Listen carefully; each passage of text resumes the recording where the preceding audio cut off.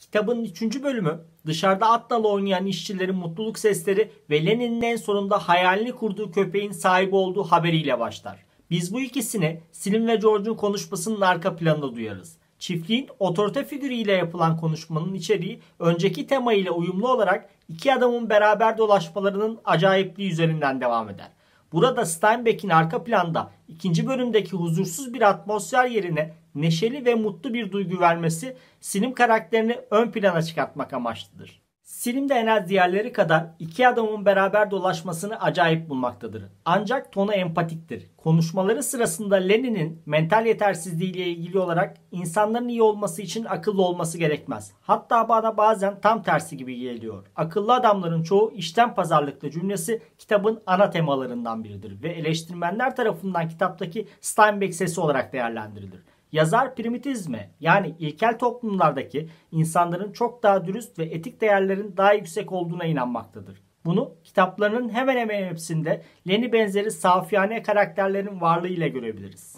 Lenny'yi değerlendirme şekli Slim'in genel tavrıdır. Mesela köpek vurulduktan sonra diğerleri ortamdan duygusal veya fiziksel olarak uzaklaşmaya çalışırken Slim gözüyle Candy'yi kontrol eder ve Candy'ye tekrar köpeklerden birini alabileceğini söyler. Veya çiftlikte Crocs'a zenci değil ancak ismiyle hitap eden tek kişidir ve kendi yapacağı işi Crocs'a yaptırmak istemez. Aynı şekilde Lenin'in ölümünün ardından George'a destek olacaktır. Karakterin unsurlarını birleştirdiğimizde Slim ile kitapta anlatılanın insanlara saygılı ve dürüst davranan bir kişinin her ortamda saygı göreceğine dairdir. George sosyal ortamlarda Lenny için diğerlerine karşı korumacı pozisyonda dursa da Slim senin gibi akıllı bir adam Lenny gibi bir kaçıkla neden dolaşıyor dediğinde sadece savunmaya geçmek yerine farklı olarak kendisinin de o kadar akıllı olmadığını söyler. Burada farkı yaratan Slim'in tavrıdır. George, Slim'in kendi ahlaki duruşuna benzer biri olduğunu anlar ve Witz'teki hikayeyi Slim'e anlatır. Bu hikayeyle biz Lenin'in aşırı stres altında gücünün ve hareketlerinin ne şekilde kontrolden çıkabildiğini ve küçük hayvanları severken öldürmek gibi masumane eylemlerin dışında ne kadar tehlikeli olabildiğini görürüz. Bölüm sonunda Curly ve kitap sonunda karısıyla yaşanacaklar gibi. Çünkü Witz'te olanlar konuşulurken Lenin'in Baraka'ya gizlice bir köpek yavrusu sokmaya çalışmasından Lenin'in geçmişte yaşananlardan bir şey öğrenemediğini görmekteyiz. Slim George konuşmasında George-Lenny ilişkisiyle ilgili bilgilerimiz derinleşir. Lenny sadece tavsiye veya nasihat almamaktadır. George ne derse de yapmaktadır aynı zamanda. Dolayısıyla Lenny'nin varlığı George'a statü kazandırmakta, dünya üzerinde kapladığı alanı arttırmaktadır. Ancak bu gücünü nehirde yaşananlardan sonra daha dikkatli kullanır. Bu George'un da Lenny'e aynı oranda ihtiyacı var tezini güçlendirir niteliktedir. George'un Slim'de kendine yakın bir ahlaki düzey bulması gibi aynı zamanda bu anlamda Baraka'dakilerden de ayrılır. Örneğin Curly Slim'den şüphelendiğinde diğer adamlara katılmaz ve kavga olacağını düşünerek peşlerinden gitmez ve tavrını kuvvetlendirmek amacıyla kadının bir erkeğin başına getireceği belalardan bahsetmeye başlar. Veya Witt'e göre kasaba eğlencesi bir adam için gereklilikken George bunu dizginleri kaybetmek olarak algılar. Burada eleştirmenler Steinbeck'in George'a diğer adamlara karşı ahlaki bir üstünlük sağlamaya çalışırken fazlaca bir zorlama ile ve kitabın genelinde Curly'nin karısının genel tasviri ve kadınların sadece Cathouse'larla çalışan kişiler olarak anlatılmasıyla bu tavrın kadın düşmanlığına dönüştüğünü düşünmektedirler.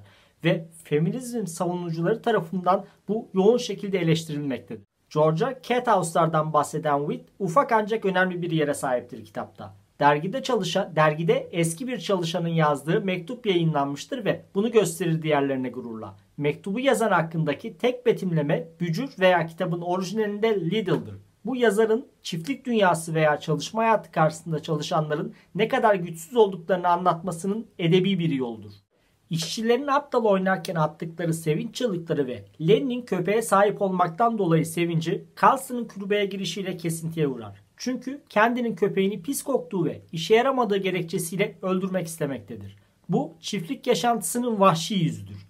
Durum karşısında Slim'in sessizliğinden anladığımız ise bunun çiftlik yaşamanın rutin bir parçası olduğuna dairdir. Bu bölümde köpek ve kendi barakaya girdiklerinde benzer olarak tarif edilirler. Aralarında kurulan bu özdeşlik kendinin ana korkusu olan köpeğin duruma düşme korkusunu pekiştirmek amaçlıdır. Buna karşılık Carlson çiftlik hayatındaki maço erkek klişesidir. Kullandığı silah olan Luger Alman ordusu tarafından kullanılır ve dünyada Nazi silahı olarak bilinir. köpeğin işe yaramamasından dolayı öldürülmesi eylemiyle Nazilerin kendi ülkelerinde uyguladıkları dönem politikaları arasında paralellik kurmak amaçlıdır. İlk defa kendinin katılımı ile birlikte çiftlik hayal olmaktan çıkarak bir plan haline dönüşür. Bu, kitaptaki George'un çiftliğe dair en uzun ezberden okuması sırasında kendinin bunu duyması ve katılmak istemesi sonucu olur. Bu an, kitabın ortası, George ve Lenin'in en yakın olduğu an ve hikayenin duygusal anlamdaki en yüksek noktasıdır. Hikayedeki karakterlerin yanında okuyan bizler de bu hayal ile ilgili ümitleniriz. Ancak bu tepe noktası konuyu inceleyen yazarlar tarafından hayalin sonu olarak değerlendirilir. Hayale diğerlerin katılımı, kolaylaştırıcı etkisi ve hayalin gerçekleşme ihtimali efsanenin cazibesini yitirmesi gibidir. Diğer yandan daha önceki monologlarda George konuşurken Lenny, George'un kelimelerini tekrar eder veya taklit ederken buradaki monologda kendinin de dahil olması ile sessizleşir ve sonunda kedilerin tavşanları yeme ihtimalinin ortaya çıkmasından sonra öldürürüm onları diyerek hayali noktalar. Hayale dair bu bölümde ortaya çıkan bir diğer şey ise ağrı kesici bir etkisi olduğuna dairdir. Nasıl ki ilk bölümde gölet kenarına geldiklerinde Witz'teki olayın etkilerine karşı bu hayale sarılmışlar ise aynı şekilde köpeğin ölümü sonrası kendi George ve Lenin'in çiftlik hayallerine dahil olarak acısını azaltmak ister. Veya Curly ile kavga ettikten sonra Lenny onun için hayalin anlamı olan tavşanlara bakma ümidiyle teskin eder kendini. Bölüm sonunda Lenny'nin önceki bölümde hayvani bir 6. hissi andıran kehaneti gerçekleşir ve Lenny Curly ile kavga eder. Curly'nin eli kullanılmaz hale gelir. Bu ve köpeğin ölümünün yarattığı kötü duyguları yazar, Lenny'nin köpeğe sahip olmasının sevinci ve hayalin gerçekleşme ümidiyle dengelemeye çalışır. Ancak karanlık imajlar daha ağır basmaktadır. Crocs'un mekanında görüşmek üzere.